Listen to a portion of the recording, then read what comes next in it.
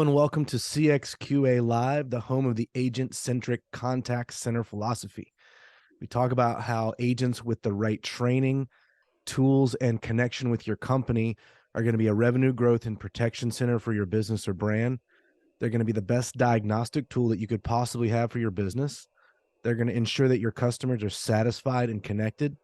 They're going to produce more and better work, and they're going to want to stay and contribute to the long-term success of your company. With us today, we have Dave Seaton, principal consultant at Seaton CX, who helps B2B companies measure, manage, and improve customer experiences. Dave also has a very caffeinated CX Insight email called CX Presso, and if you don't have it, you need to get it. This email for brave CX leaders who want to score great buy-in is something that I enjoy reading on a regular basis. Got mine this morning, got a little shot in the veins. Great to have you back on the show, Dave. Thanks, Rob. Thanks for the kind words about the email. My number one thing with that is for CX leaders to have something they look forward to reading on Monday morning. Just a little pick me up to get us through the week. Yeah, man, it's good stuff. Now, our topic today is something that you spend quite a bit of time on with your clients, Dave, and that's building buy-in. And I'm gonna nickname you the buy-in barista. All right. Um, so buy-in is essential in any organization. If there's not a full vertical buy-in to initiatives, policies, culture, etc., an organization ultimately is going to fail to accomplish its goals.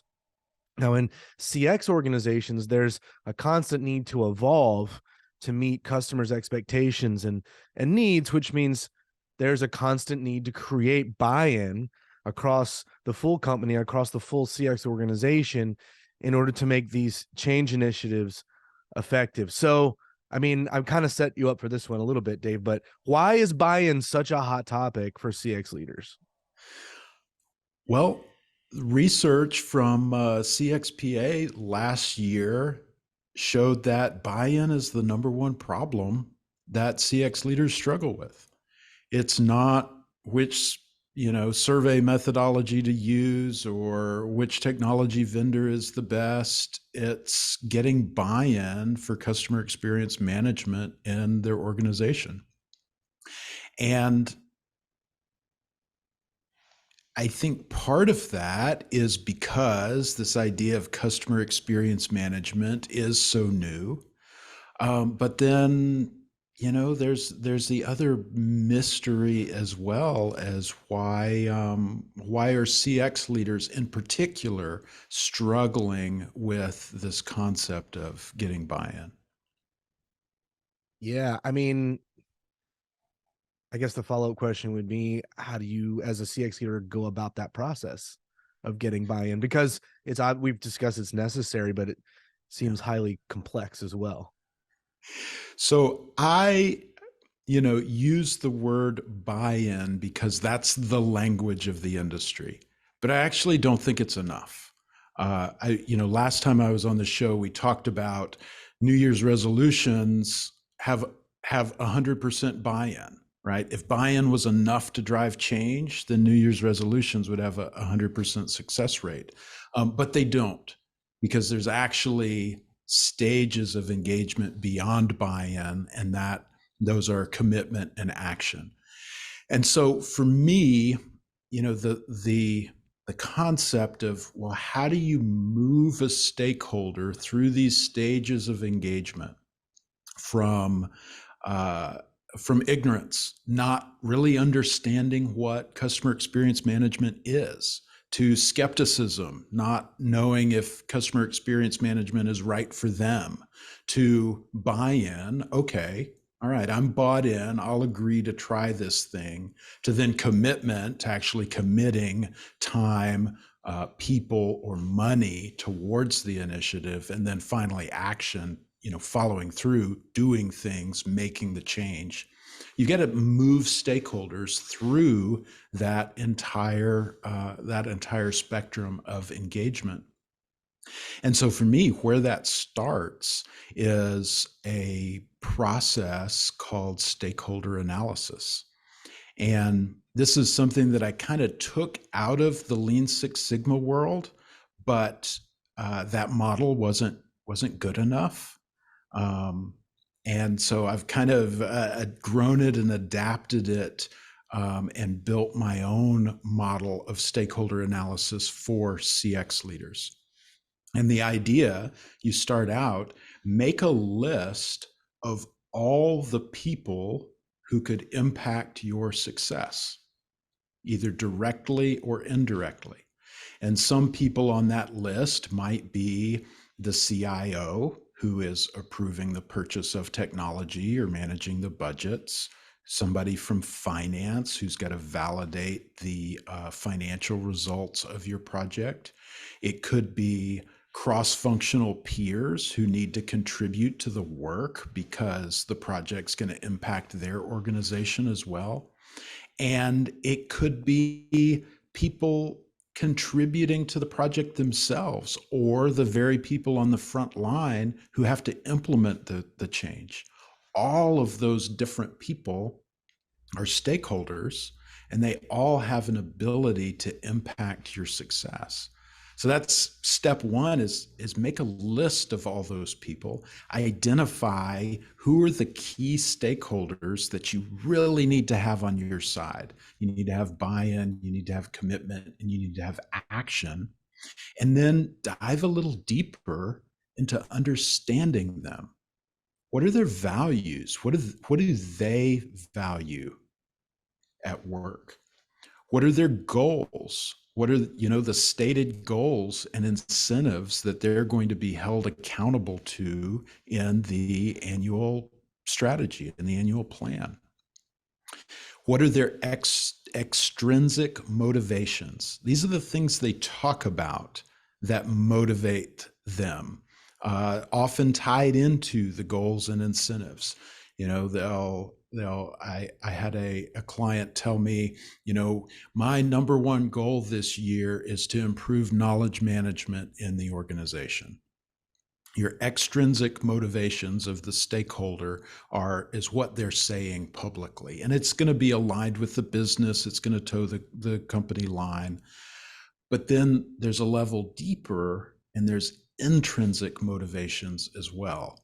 And those are personal. People often don't talk about them, but that's what's really going to motivate your stakeholder. Examples of intrinsic motivations might be getting a promotion. It might be prestige or recognition. I've seen stakeholders that were motivated by flying under the radar and escaping notice. And those intrinsic motivations are very, very strong drivers of somebody's behavior.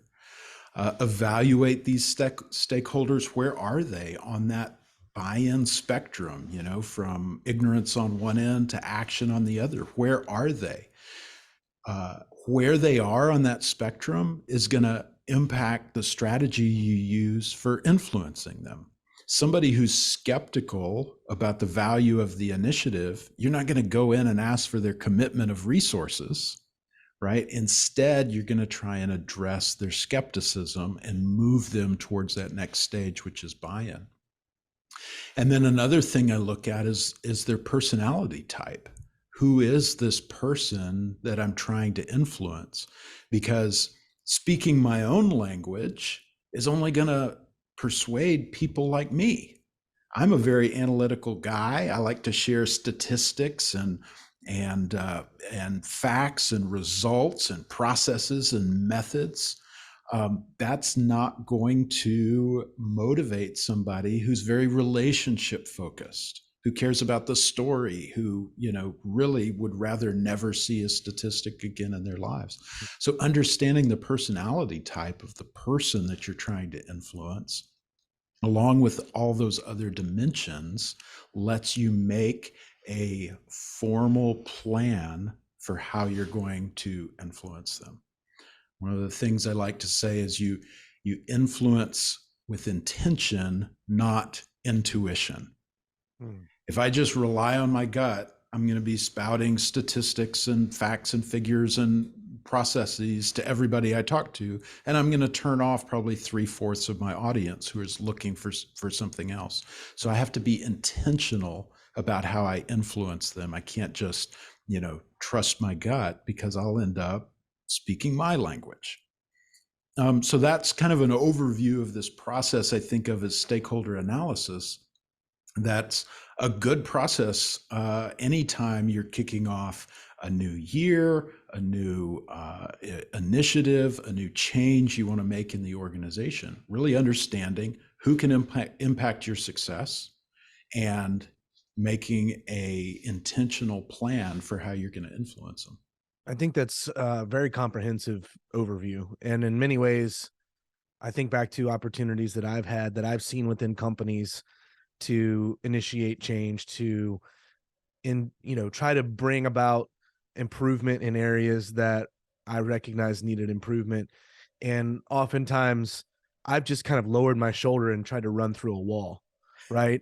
And I'm not known for being somebody who's passive, but in many cases, I've learned the hard way that not understanding what motivates all of the stakeholders really costs you not only the initiative's, maximal success, but unfortunately the relationships at times that are connected to those other stakeholders. And I find that very difficult to look back and think about.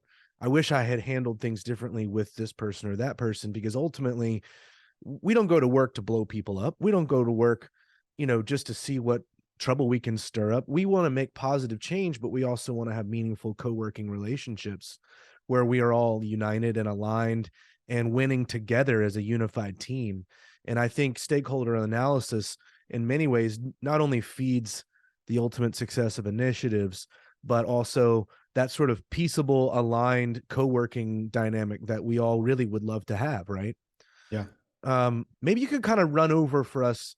You kind of did this in short, maybe a little bit more of a complete list of the stakeholder types, the different various stakeholders that you're likely to see, and that you really need to have in most, CX organizations to get not only just the intellectual buy-in, but all the action, commitment, all that stuff. And the reason I say this is, in a lot of CX organizations, you're answering in some ways outside of the CX arm of the company, as far as a lot of the metrics and the P&L and all those sorts of things. And maybe you're the CX thinker that was brought in to help with CX, but really you're subordinate to people who are not CX experts. And then underneath you are people who are more operational minded. And so you're kind of an interesting connecting point between the CX operation and the P&L in a lot of cases, if this is the type of role that you have. Yeah, I'll tell you a tale of four stakeholders. Back from my days as a practitioner, I had an SVP of sales, and he had a very direct personality type. Kind of his mantra was, just tell me what time it is, don't tell me how the watch is made. And that's, not to stereotype, but that can be pretty typical of salespeople. They're very, very direct, very results focused, win at all costs, right? That's a personality type. Just give me the answer. Yeah. And so to influence him, I had to present the CX initiative in a way that he didn't want to know the details. He didn't want to know stories and statistics. He wanted to know how this was going to help him sell more. And so I had to, present it very high level in a way that he wanted to hear it. Now, the same initiative, I had a VP of client success. She had a very relationship based personality. She would be an I on the DISC personality type, if you're familiar with DISC. I don't know that it's any better or worse than any of the other ones. It's just what I'm familiar with. She did not want to hear numbers, statistics, That did not resonate with her at all. Customer stories resonated with her very much. She was very much about relationships and managing those relationships. And so telling customer stories to her helped illustrate the benefit of the initiative and get her to buy in, commit, and act on the change I was trying to drive. Stakeholder number 3 was my VP of customer support. Like me, very analytical, a C on the DISC profile. She would write off customer stories. It's just one-off anecdotes, right? I want to see the trend. I want to see the metrics. I want to see the numbers. So she was very into the statistics that the first 2 stakeholders could care less about, could not care less about. And so to influence her, I would show, here's the current state and here's, what customers say. And if we do this, I think we can improve this metric by this percent. And that was what she needed to hear to feel comfortable moving along the spectrum of engagement. My 4th stakeholder was a very affiliative person, very people focused, very focused on creating a culture where employees thrive. And so what she cared most about was, well, how is this going to impact our employees? If we do this, what's the impact on our team members? And by focusing my message on how improving these customer experiences was going to benefit our employees as well, that was what she needed to hear to get buy-in, commitment, and action. Same initiative, same project, but 4 very different ways to talk about it based on understanding the stakeholders, what was important to them, what motivated them, and tailoring the message based on who I was talking to instead of giving everybody the same pitch. So how did that work out? You kind of analyze the stakeholders, their personality types, how to influence them initially, right? And then how does that go as the initiative begins? Because you're obviously providing feedback, ongoing sort of on ramps for them to understand what's happening and make the adjustments that their portion of the world needs to make. Do you just set up 4 different ways of reporting out? Is that kind of how it looks? Like, how do you do that? In a in like a monthly business review context where like I'm reporting out to a large audience, I think about it as having tasty little snacks for everybody in the room. Starting with the executive summary, the headline, great. Okay, my sales guy can get it. He can tune out. That's okay because he got it. Then I've got some customer stories for my my stakeholders who like sweet snacks, customer anecdotes, stories, feedback, verbatims. And then for my stakeholders who like salty snacks, I've got the statistics, the trends, how are our metrics trending over time, what's our project status, percent complete done. Sharing some employee feedback for my affiliative, and mixing it all together so that everybody in my report out, everybody has a little snack that they can grab onto and feel good about that this initiative is proceeding as planned. The only problem with all of this is now I'm getting hungry. But no, it makes perfect sense, right? I mean, really, you're trying to bring everybody to a shared understanding and cooperation within this thing, right? And so them understanding in their own language how it's working and how we can improve it is so critical to that. Now, a little earlier, and in one of your 4 primary stakeholder personas, you mentioned the one that's very interested in how this impacts the employees, and earlier you mentioned individual contributors who are the ones actually implementing initiatives. And I would say this is agents in a CX organization. And in many cases, numerically speaking, that portion of the org chart is very wide. There's a lot of agents, and if the agents don't believe that there's real buy-in and commitment above them on the org chart or by those who are in leadership, then they're not going to be bought in, they're not going to be committed, and they're not going to execute because they don't believe it's safe for them to do that, right? If they think that there's not really support for this, then they're going to be like, this is a terrible position for me to be in. And on the other side of that, right, if they do buy in, then you'll actually get to evaluate whether the initiative is working or not. And it's very critical for the agent in a call center, contact center type environment, or the primary employee facing customers, if it's a customer related initiative, to really be bought in. Maybe you could talk about that for just a minute.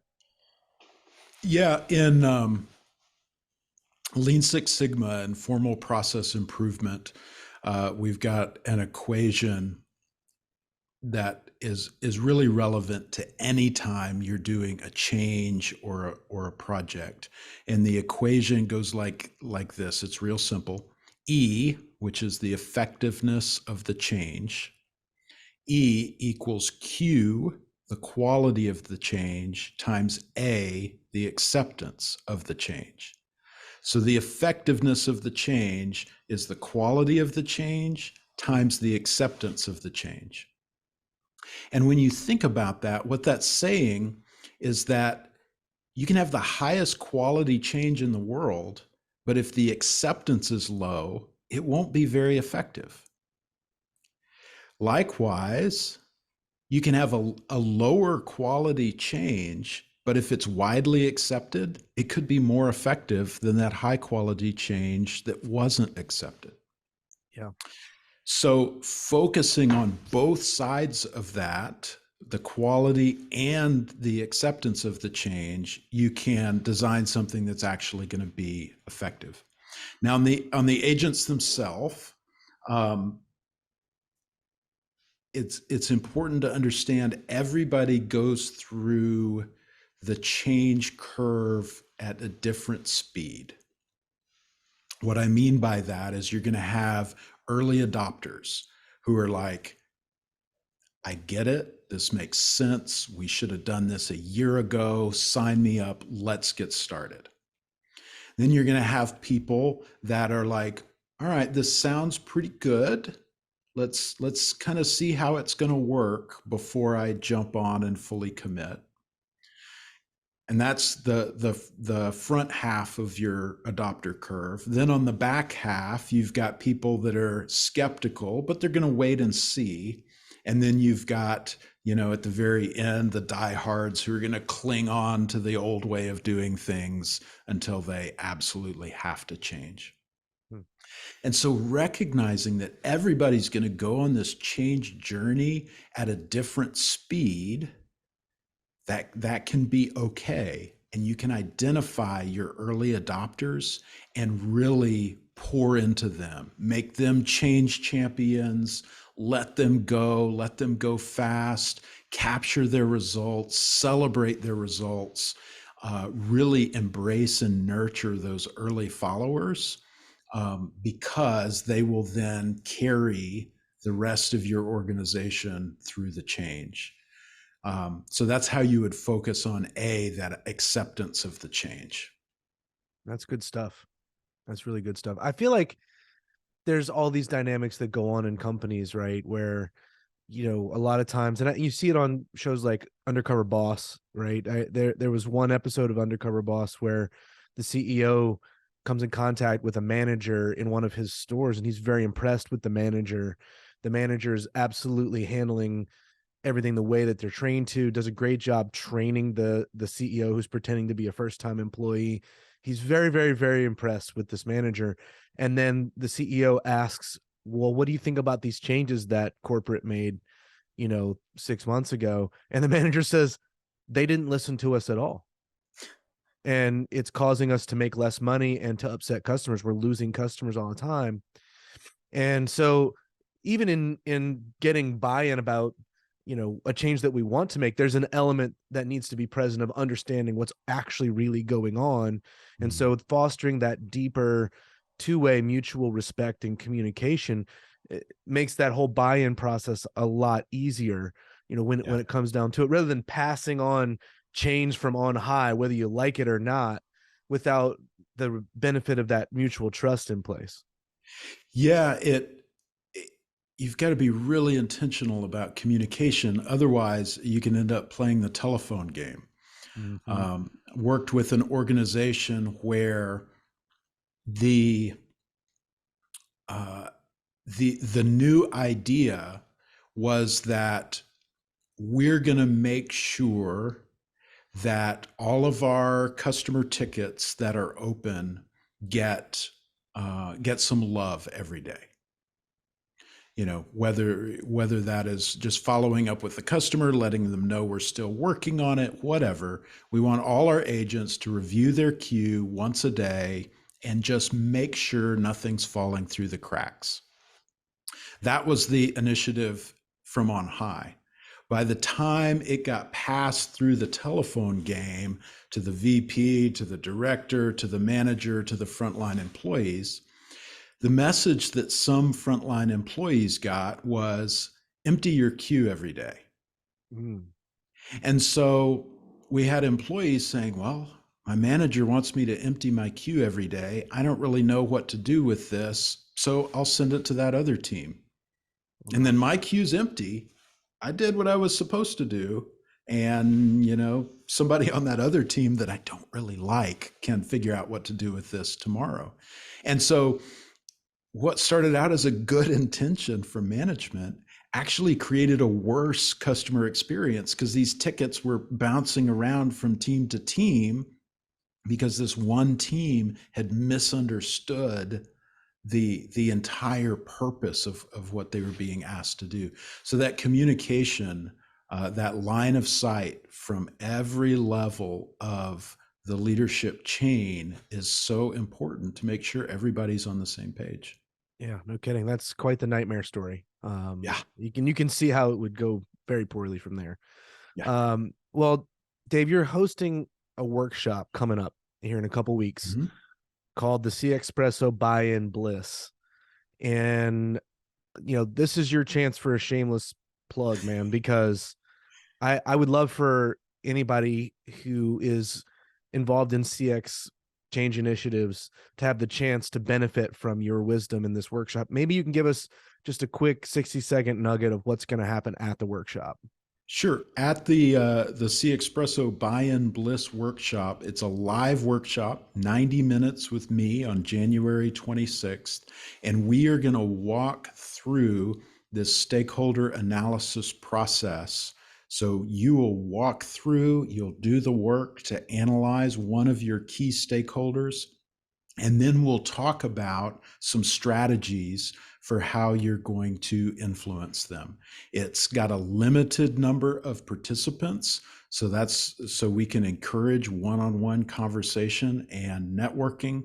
We're going to do this live. There'll be a digital workbook that you'll get to keep so you can repeat this process over and over again. And for your listeners, Rob, I created a coupon code.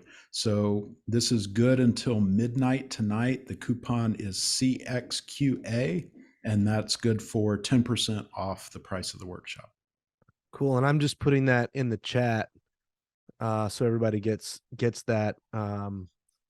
Make sure I type it correctly. Yes. So that sounds great. I'm planning to be there.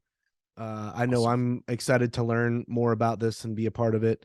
And would encourage anybody who is here today to use that coupon to get that bonus percentage off.